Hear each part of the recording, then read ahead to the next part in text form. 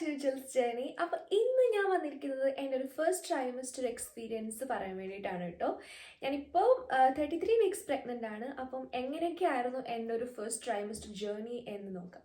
അപ്പോൾ കഴിഞ്ഞ വർഷം, അതായത് ഒരു സെപ്റ്റംബർ 21 ഒരു സൺഡേ ആയിരുന്നു. അന്ന് മോർണിംഗ് ആണ് ഞാൻ പ്രഗ്നൻ്റ് ആണെന്ന് അറിയുന്നത് കേട്ടോ. എനിക്ക് പീരിയഡ്സ് ആവുന്ന സെയിം സിംറ്റംസ് തന്നെയായിരുന്നു ആ ഒരു ടൈമിൽ വന്നത്. മാത്രമല്ല എനിക്ക് റെഗുലർ ആയിട്ടാണ് എപ്പോഴും പീരിയഡ്സ് വന്നുകൊണ്ടിരുന്നത്. എനിക്ക് PCOSൻ്റെ പ്രോബ്ലം ഉള്ളതുകൊണ്ട്. അപ്പം ഞാൻ വിചാരിച്ചു സെയിം പീരിയഡ്സ് ആയിരിക്കും. ആ ഒരു 3 months ആയിട്ട് എനിക്ക് നോർമലായിട്ട് പീരിയഡ്സ് വരുന്നുണ്ടായിരുന്നു, കാരണം ഞാൻ പ്രോപ്പർ ഡയറ്റ് ആൻഡ് എക്സസൈസ് ഒക്കെ ചെയ്യുന്നതുകൊണ്ട്. പിന്നെ ചെറിയൊരു സിംറ്റം ചേഞ്ച് വന്നത് എനിക്ക് കുറച്ചൊരു 3 days ആയിട്ട് വോമിറ്റിംഗ്, ഒരു എന്ത് കഴിച്ചാലും കഴിക്കാൻ പറ്റുന്നില്ല, വോമിറ്റ് ചെയ്യാൻ തോന്നുന്നു, ഒന്നിനൊരു ടേസ്റ്റ് തോന്നുന്നില്ല, ഒന്ന് സ്മെല്ല് ചെയ്യാൻ പറ്റുന്നില്ല, അങ്ങനെയൊക്കെ ഒരു അവസ്ഥ ഒരു 3 days ആയിട്ടുണ്ടായിരുന്നു. അപ്പം ഞാൻ വിചാരിച്ചു ഒന്ന് ടെസ്റ്റ് ചെയ്ത് നോക്കാം, കാരണം ഇങ്ങനൊരു ഇതെനിക്ക് മുന്നേ വന്നിട്ടില്ല. മാത്രമല്ല ഒരു 2-3 days എന്തോ പീരീഡ്സ് ഡിലേ ആയിട്ടുള്ള. എൻ്റെ കേസിൽ അത് ഭയങ്കര നോർമൽ ആയതുകൊണ്ട്, നോർമൽ അല്ല ബട്ട് ദെൻ അതൊരു നോർമലായിട്ട് എനിക്ക് ഫീൽ ചെയ്തുകൊണ്ട് ഞാൻ വിചാരിച്ചു ജസ്റ്റ് ഒന്ന് ടെസ്റ്റ് ചെയ്ത് നോക്കാം, ഇൻ കേസ് പ്രഗ്നൻ്റ് ആണെങ്കിലോ എന്നോർത്തൊന്ന് ടെസ്റ്റ് ചെയ്ത് നോക്കിയതാണ്. അങ്ങനെ പോസിറ്റീവായി. അങ്ങനെ ടെസ്റ്റൊക്കെ ചെയ്ത് നോക്കി, പോസിറ്റീവായി. പക്ഷേ എൻ്റെ ഉള്ളിൽ അത് അക്സെപ്റ്റ് ചെയ്യാനൊരു ടൈം എടുത്തു. ഒരു വൺ ഡേ ഫുൾ എടുത്തു അതൊന്ന് അക്സെപ്റ്റ് ചെയ്യാൻ, ഞാൻ പ്രഗ്നൻ്റ് ആണ് എന്ന് അക്സെപ്റ്റ് ചെയ്യാൻ കുറച്ച് ടൈം എടുത്തു. പിന്നെ എനിക്കൊരു വിശ്വാസക്കുറവുള്ളതുകൊണ്ട് ഞാൻ വേറെ ബ്രാൻഡിൻ്റെ ഒരു 2 കിറ്റ് കൂടെ വാങ്ങി. എന്നിട്ട് നെക്സ്റ്റ് ഡേ മോർണിംഗ് ടെസ്റ്റ് ചെയ്ത് നോക്കി, അതും പോസിറ്റീവ്. അപ്പോൾ എനിക്ക് തോന്നി ഇത് കറക്റ്റാണ്, ഞാൻ റിയലി പ്രഗ്നൻ്റ് ആണെന്നുള്ള കാര്യം.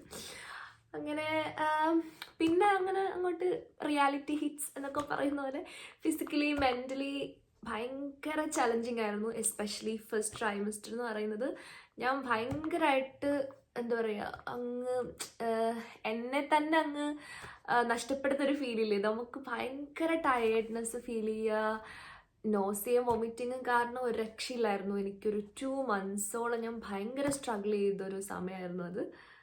എനിക്കുണ്ടായിരുന്ന മെയിൻ സിംറ്റംസ് എന്ന് പറയുന്നത്, ഞാൻ പറഞ്ഞതുപോലെ ഭയങ്കര ടയേർഡ്നെസ് ആയിരുന്നു.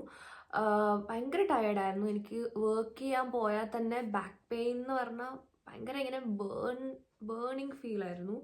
ഭയങ്കര ബാക്ക് പെയിൻ, പിന്നെ ശ്വാസം എടുക്കും ഭയങ്കര പാട്, എന്തെങ്കിലും ചെയ്യുമ്പോഴേക്കും അങ്ങ് കിതയ്ക്കുന്നൊക്കെ ഒരു ഫീൽ ഉണ്ടായിരുന്നു.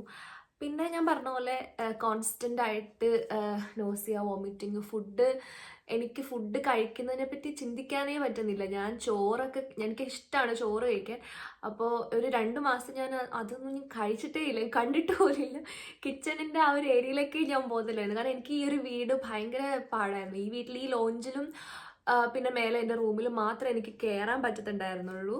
വേറെ എവിടെ കയറിയാലും ഞാൻ ഛർദ്ദിക്കും, കാരണം എനിക്ക് ആ സ്മെല്ല്, ഈ വീട്ടിൽ നിന്ന് എങ്ങോട്ടേലും ഓടി രക്ഷപ്പെട്ടാൽ മതി എന്ന് തോന്നിയിട്ടുണ്ട്. കാരണം അത്രയും എനിക്ക് ഭയങ്കര ബുദ്ധിമുട്ടായിരുന്നു ആ ഒരു സ്മെല്ലൊക്കെ. എന്താ പറയുക, നമ്മളത് മണക്കുമ്പോൾ ഭയങ്കര ബുദ്ധിമുട്ടായിരുന്നു ആ സമയത്ത്. പിന്നെ ഞാൻ പറഞ്ഞ പോലെ വർക്ക് ചെയ്യാൻ ഭയങ്കര ബുദ്ധിമുട്ടായിരുന്നു. അതൊക്കെ നല്ല സ്ട്രഗിളായിരുന്നു. പിന്നെ ഞാൻ 2 months എൻ്റെ ആകെ ഞാൻ കഴിച്ച ഫുഡ് എന്ന് പറയുന്നത് കുറച്ച് ഫ്രൂട്ട്സ്, അതായത് ഓറഞ്ച് എനിക്ക് കഴിക്കാൻ പറ്റുമായിരുന്നു, നാരങ്ങ വെള്ളം ഞാൻ കുടിക്കുമായിരുന്നു, പിന്നെ വാട്ടർമെലൺ കഴിക്കുമായിരുന്നു.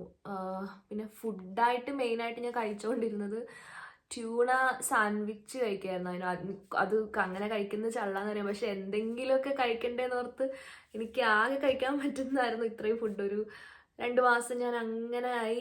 പിന്നെ അതിൻ്റെ ഇടയ്ക്ക് ഹോസ്പിറ്റലിൽ പോകേണ്ട വന്നു, കാരണം ഫ്ലൂയിഡ് ഇൻടേക്ക് കുറഞ്ഞു. കഴിക്കാണ്ടായിട്ട് എൻ്റെ ബോഡി ഭയങ്കരമായിട്ട് പെയിലാവാൻ തുടങ്ങി, ടയർഡാവാൻ തുടങ്ങി. അങ്ങനെ ഹോസ്പിറ്റലിൽ പോയി.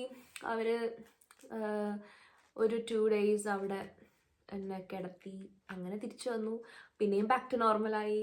അങ്ങനെയൊക്കെ എങ്ങനെയോ ഒരു 12 weeks കഴിഞ്ഞ് കൂടിയെന്ന് വേണം പറയാൻ. പിന്നെ ഉണ്ടായിരുന്ന ഒരു മേജർ സിംറ്റം ആയിരുന്നു ഹസ്ബൻഡിൻ്റെ സ്മെല്ല്. അയ്യോ, അത് പറയാതിരിക്കാൻ വയ്യ. അത് എന്നെ ഭയങ്കരമായിട്ട് എഫക്റ്റ് ചെയ്തു, കാരണം നമ്മൾ അത്രയും അറ്റാച്ച്ഡ് ആയിട്ട് നിൽക്കുന്ന ഒരാൾ, വേറെ ആരും ഇല്ല ഇവിടെ, നമ്മൾ രണ്ടും മാത്രമേ ഉള്ളൂ. അപ്പോൾ അത്രയും ഇതായി നിൽക്കുന്ന ഒരാളുടെ സ്മെല്ല് പെട്ടെന്ന് പിടിക്കാണ്ട് വരിക എന്ന് പറയുന്നത് ഭയങ്കര ഒരു ബുദ്ധിമുട്ടുള്ള കാര്യമായിരുന്നു. അതെനിക്ക് ഇപ്പോഴും ഓർക്കുമ്പം ഭയങ്കര വിയേർഡായിട്ട് തോന്നും. പക്ഷേ ആ ഒരു ഫേസ് കഴിഞ്ഞു. പക്ഷെ എന്നാലും അതൊരു ഭയങ്കര സ്ട്രഗിൾ ആയിരുന്നു. ഹസ്ബൻഡിന്റെ സ്മെല്ല് പിടിക്കാൻ പറ്റാതെ, ഇതൊക്കെയായിരുന്നു എൻ്റെ ഫിസിക്കൽ സിംറ്റംസ്. ഇനി മെന്റലി കുറച്ച് വീക്കായിരുന്നു, കംപ്ലീറ്റ്ലി ആണെന്ന് ഞാൻ പറയില്ല. പക്ഷെ ഇതൊക്കെ ഒന്ന് അക്സെപ്റ്റ് ചെയ്യാനും ഈ ഒരു ഫേസിൽ നിന്നൊന്ന് പുറത്ത് വരാനും ഒരു കുറച്ച് സമയം, അതായത് നമ്മളൊരു 12 വീക്സ് 3 മന്ത്സ് ടൈം ശരിക്കും എടുക്കും. പക്ഷെ എന്നാലും നമ്മളത് ഓരോ ദിവസവും സ്ട്രഗിൾ ചെയ്ത് പോകണം. അത് ഞാനിങ്ങനെ, എനിക്ക് ഏറ്റവും ലോങ്സ്റ്റ് പീരീഡ് എന്ന് തോന്നിയിട്ടുള്ളത് ഫസ്റ്റ് ട്രൈമസ്റ്റർ ആയിരുന്നു. സെക്കൻഡൊക്കെ ക്വിക്കായിട്ട് പോയി. ഫസ്റ്റാണ് കുറച്ച് ബുദ്ധിമുട്ടായിട്ട് എനിക്ക് തോന്നി കേട്ടോ, എൻ്റെ ഒരു പേഴ്സണൽ എക്സ്പീരിയൻസും. പിന്നെ കുറേ ആൾക്കാർ പറയുന്നത് ഞാൻ കേട്ടിട്ടുണ്ട്, ഫസ്റ്റ് ആയിരിക്കും ഏറ്റവും ഡിഫിക്കൽട്ട് ആയിട്ടുള്ള ഒരു പീരിയഡ്, ഒരു ട്രൈമസ്റ്റർ എന്ന്. ഇത്രയൊക്കെയാണ് എൻ്റെ ഒരു ഫസ്റ്റ് ട്രൈമസ്റ്റർ എക്സ്പീരിയൻസ് എന്ന് പറയുന്നത്.